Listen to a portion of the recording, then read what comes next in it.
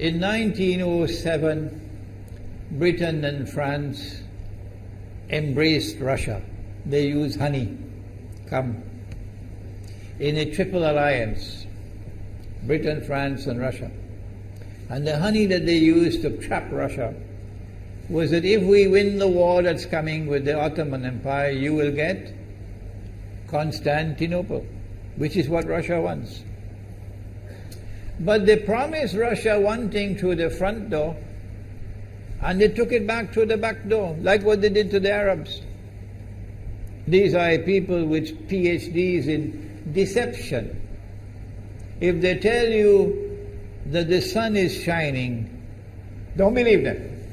Go outside and look up in the sky, see whether the sun is shining. When the Russian army had fought in the First World War and had suffered the most losses, the brunt of the kill were Russians. And they were now winning the war.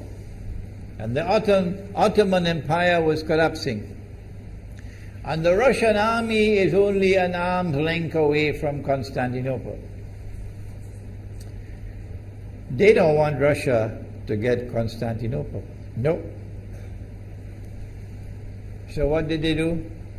Russian Jews organized and executed the Bolshevik Revolution, which overthrew the Russian monarchy.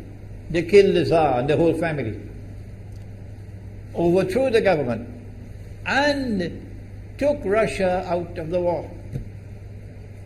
So the Russian army had to stop in its tracks and could not go to Constantinople. In other words, the Russian Jews stabbed Russia in the back. They did more than that. They brought communism. Communism is not Russian. These dum-dums don't understand that. Communism was created to destroy Russia. Why don't these dum-dums understand it? Communism is not Russian. Communism was created to destroy Russia, to destroy the Russian Orthodox Church. So they brought communism in the Soviet Union. And for the next 60, 70 years, this Zionist-created entity called the Soviet Union waged war on religion, waged war on the Russian Orthodox Church, killed the priests, closed down the monasteries and churches and so on. 60, 70 years. And then, when the appropriate time came and Israel came into being, it is this same Soviet Union which opened the doors for millions of Russian Jews to now migrate to Israel. If you go to Israel today, you might believe you're in Russia. So many people speaking Russian. These are the Russian Jews. And then the Soviet Union, 6 years after Israel came into being, did something strange and mysterious. Crimea is Russian territory. Crimea is a part of Russia. The Soviet Union decided to give Crimea as a gift to Ukraine. Why did they do that? The historians don't tell you. So let Imran tell you. They gave Crimea to Ukraine in order to stab Russia in the back one more time. Because if Russia loses Crimea, it will enhance Israel's security. The Russian Navy is based in Crimea, and there is a straight line from Crimea to Constantinople. To get out of the Black Sea and to get into the Mediterranean Sea, you got to pass through the Bosphorus. And the city of Constantinople is located right there on the Bosphorus. So they gave Crimea as a gift to Ukraine. They never bothered to consult the people of Crimea and get their consent. No. They never bothered to seek the permission of the Russian people. No. But Washington doesn't want to hear that.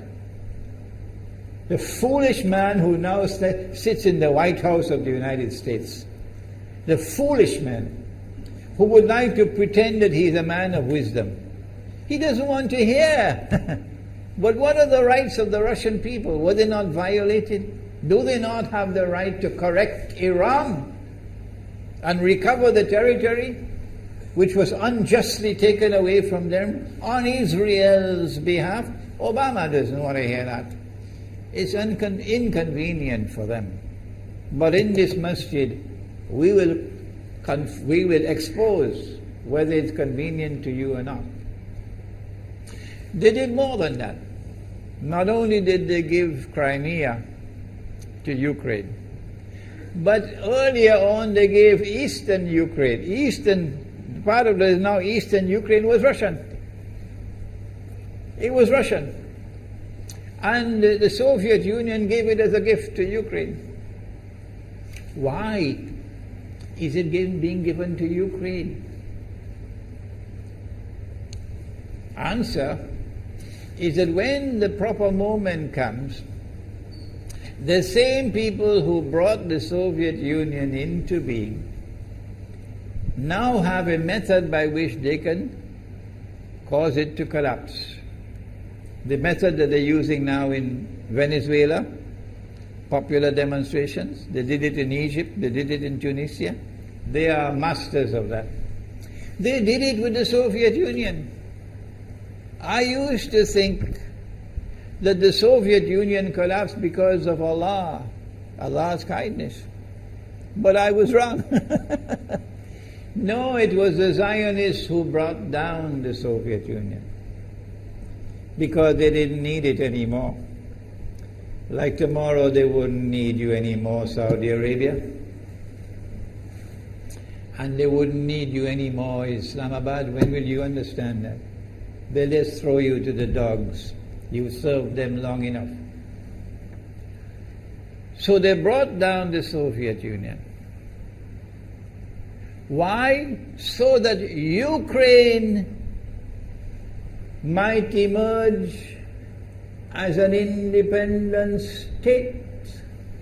That's danger for Russia.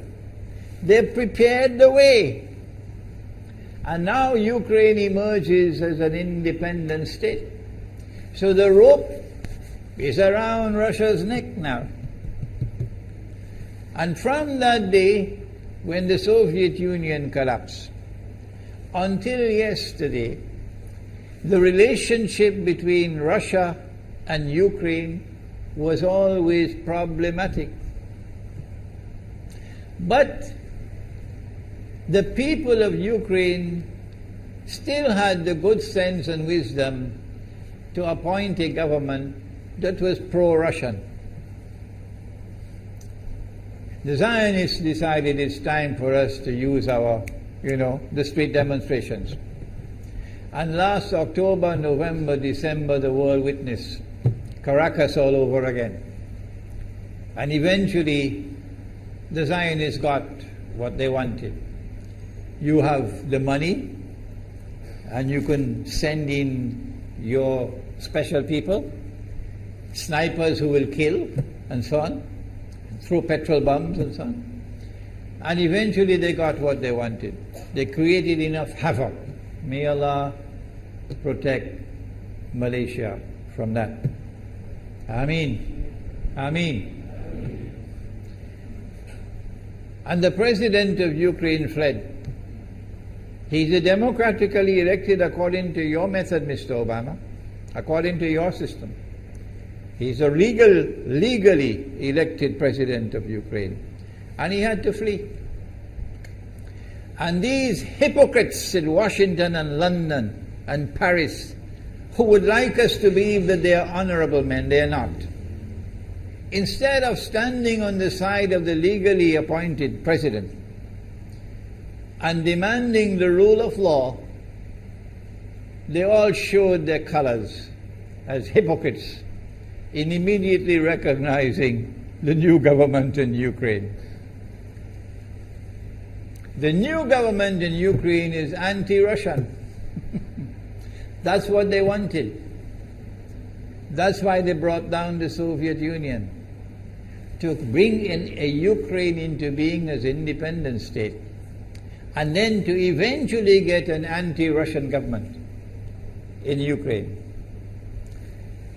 If by Allah's kindness Putin had not intervened and been so spectacularly successful, this is what the plan would have been. The new government in Ukraine would have joined NATO,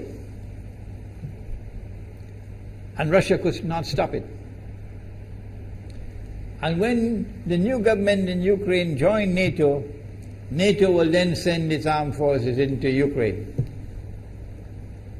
It could include nuclear weapons.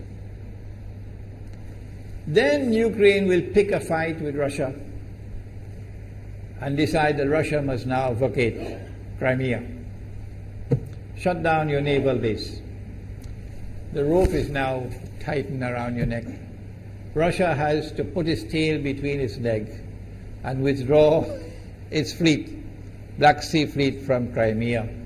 Russia is no longer a naval power. Crick crack, you finish. And Israel will celebrate. That was the master plan. But Allah planned, and Allah's plan was successful. And it is time for the Muslim world to recognize and to see, I cannot influence governments, so what can I do? Don't bother, you waste your time with governments. But the people can understand that this was Allah's plan. They planned, the enemy planned for so long, and at the last moment Allah intervened. And Putin was able to get the people of Crimea to vote in a referendum. And they voted 90-something% in favor of returning to Russia. They were a part of Russia, and they want to return to Russia.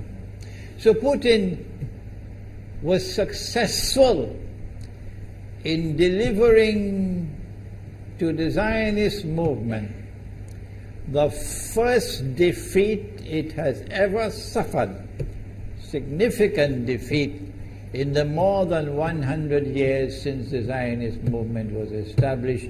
If that is not a sign from Allah, it's time for you to wake up.